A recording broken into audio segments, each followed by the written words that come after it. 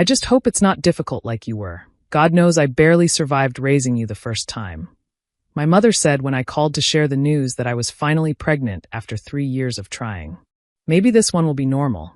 Maybe this one won't fight me on everything and make my life impossible. I sat in my home office, looking out at the Pacific Ocean through floor-to-ceiling windows, listening to my mother reduce my childhood to a burden and my future child to a potential disappointment, and I felt something inside me finally, permanently close. What my mother didn't know, what she'd never bothered to discover in the 32 years since I'd left her house, was that the difficult daughter she'd spent my entire life criticizing had built something extraordinary, and when she finally showed up unannounced 6 months later, she'd find herself standing in the driveway of an 8,000-square-foot oceanfront estate she didn't know I owned. The phone call had ended badly. After her comment about difficult children, I'd gone quiet. She'd interpreted my silence as agreement, launching into a lecture about how I'd better not expect her to babysit, how children today were spoiled beyond belief, how she hoped I'd learned from her mistakes, which apparently meant my entire existence. "I have to go," I'd said finally. "Already? You just called." "I have a meeting." "You always have a meeting. That's your problem, you work too much." It's not natural for a woman to be so focused on career. Maybe that's why it took so long to get pregnant. I'd hung up without responding. She didn't call again for 6 months. The silence wasn't unusual. My relationship with my mother had always been defined by distance, emotional and physical. She'd remarried when I was 12 to a man who made it clear he'd signed up for a wife, not a stepdaughter. I'd been shuttled between homes, summer camps, and eventually boarding school, always feeling like an inconvenience in my own family. "You're so difficult," became her refrain. "You ask too many questions. You argue about everything. You never just accept things the way they are." She was right about one thing. I didn't accept things. I questioned, challenged, pushed back. At 16, I'd started my first business, a tutoring service that earned enough to pay for my own clothes and entertainment. At 18, I'd earned a full scholarship to Stanford. At 22, I'd founded a software company in my apartment. At 32, that company was worth $4.7 billion. But my mother didn't know any of that. She'd stopped paying attention to my life around the time I graduated high school, viewing my success through the lens of competition rather than pride. Every achievement was met with comparison. "Your cousin just got engaged." "Dismissal. A computer company? That's nice, but it's not a real job." Or redirection. "Enough about you. Let me tell you what your stepbrother is doing." Eventually, I'd stopped sharing. I'd built my empire in silence, invisible to the woman who'd given birth to me. The billboards advertising my company dotted highways across the country. My face had appeared in Forbes, Fortune, and the Wall Street Journal. But to my mother, I was still the difficult daughter who worked too much and asked too many questions.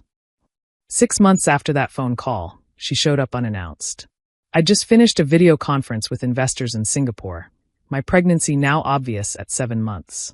The nursery was complete, a beautiful room overlooking the ocean, designed with the care and attention I'd once hoped my mother would show me. The doorbell camera showed a woman standing in my circular driveway, staring at the house with an expression of utter confusion. It took me a moment to recognize her. She'd aged since I'd last seen her in person, 3 years ago, at a cousin's wedding where we'd exchanged maybe 50 words. Her hair was grayer, her posture more stooped, her face lined with the years she'd spent not knowing me. I opened the front door. "Mom, what are you doing here?" I came to see you. About the baby." She was still staring at the house, the sweeping architecture, the manicured gardens, the ocean glittering beyond the cliffs. "Whose house is this?" "Mine." "Yours." She laughed, but it was uncertain, confused. "You can't afford a house like this. This is a mansion. This is where I live. Where my husband and I live. Where our baby will live." "But how?" "You work for a computer company." "I own a computer company. I founded it 12 years ago." I reached into my pocket and handed her a business card. She looked at it, then looked up at me, then looked at the card again. The company name, Nexus Solutions, was printed in clean, professional font. The same name that appeared on the billboard she'd driven past on the highway, the one advertising enterprise software used by Fortune 500 companies worldwide. This is that company? The one on the billboards?" "Yes. You own it." "I founded it. I'm the CEO. I own 67% of the shares." I stepped back from the doorway. Would you like to come in? The tour of the house was uncomfortable. My mother walked through rooms she couldn't quite believe were real. The chef's kitchen, the library, the home theater, the gym, the guest suites, the office where I ran a company that employed 3,000 people. She didn't speak. She just looked at the art on the walls, the furnishings, the view from every window. Her expression cycled through disbelief, confusion, and something that looked almost like anger. "Why didn't you tell me?" she finally asked, standing in the nursery. The room was painted in soft greens and yellows, with a crib that cost more than my first apartment, overlooking a terrace that led to private beach access. "Tell you what? About any of this. The company. The money. This house. When would I have told you? You haven't asked about my life in years. Every conversation we have is about you, your problems, your opinions, your disappointments in me. That's not true. When I got my first major contract, I called to tell you. You spent the entire call complaining about your husband's golf schedule. When my company went public, I sent you an invitation to the ceremony. You didn't respond. When I was featured in Forbes, I sent you a copy. You never acknowledged receiving it." She was quiet. "And when I called to tell you I was pregnant, after 3 years of fertility treatments, after countless disappointments, you said you hoped my child wouldn't be difficult like me. I didn't mean. You meant exactly what you said. You've always meant exactly what you said." I gestured around the nursery. "This child will grow up knowing they're wanted. They'll grow up in a home where their questions are welcomed, where their ambitions are encouraged, where difficult is something to be proud of. I was a good mother. I did my best. You did what was convenient. You shipped me off to boarding school because your new husband didn't want me around. You skipped my graduation because you had a spa weekend planned. You've never once told me you were proud of anything I've accomplished. I didn't know about your accomplishments because you never asked." The conversation moved to the terrace overlooking the ocean. We sat in silence for a long time, watching waves break against the cliffs below. My mother seemed smaller somehow, diminished by the grandeur surrounding her. "I didn't come here to fight," she said finally. "Why did you come?" Because I've been thinking. About what I said on the phone. About you being difficult." She paused. "My sister sent me an article last month. About female CEOs. You were in it. I know the article. I didn't know you'd done all this. I didn't know you were someone. I've always been someone, Mom. I was someone when I was 10 and asking questions you didn't want to answer. I was someone when I was 16 and starting my first business. I was someone when I was struggling to get my company off the ground, and you never once asked how it was going. I thought you were exaggerating. You always talked about big plans, big ideas. You thought I'd fail. You expected me to fail because it would prove you right, that I was difficult, that I should have been more obedient, more compliant, more like whoever you wanted me to be. That's not fair. It's exactly fair. You spent my childhood trying to make me smaller, quieter, more manageable. And when I refused, when I kept asking questions and fighting for what I wanted, you called me difficult. I stood up, my hand resting on my pregnant belly. But being difficult is how I built all of this. Difficult people ask why. Difficult people don't accept limits. Difficult people change the world. I looked at her directly.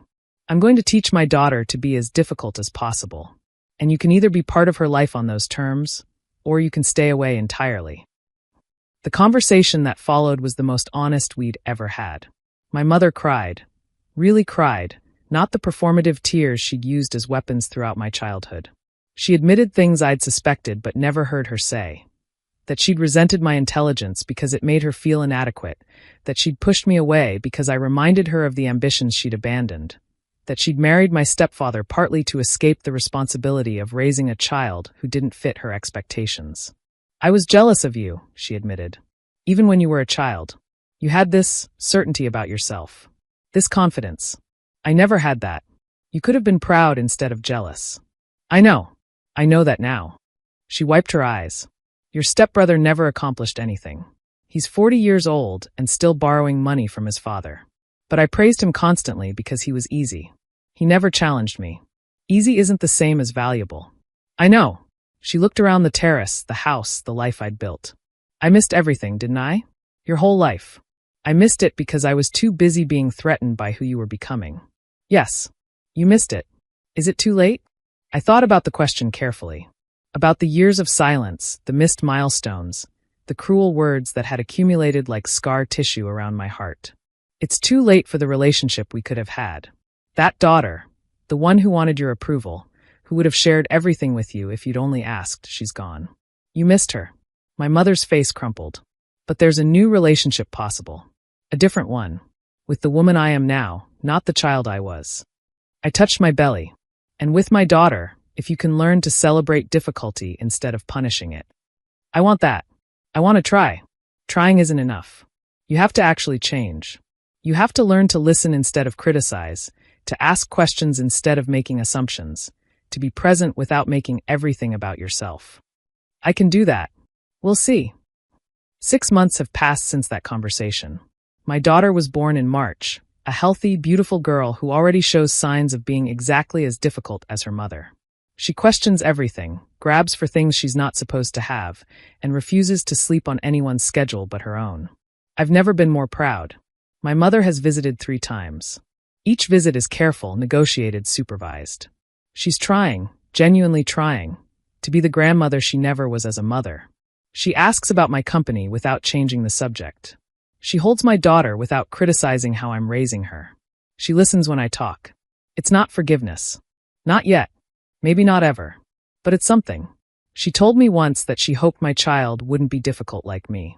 Looking at my daughter now, fierce, curious, absolutely unwilling to accept limits, I hope she's exactly like me. Because difficult daughters change the world. And the world needs changing.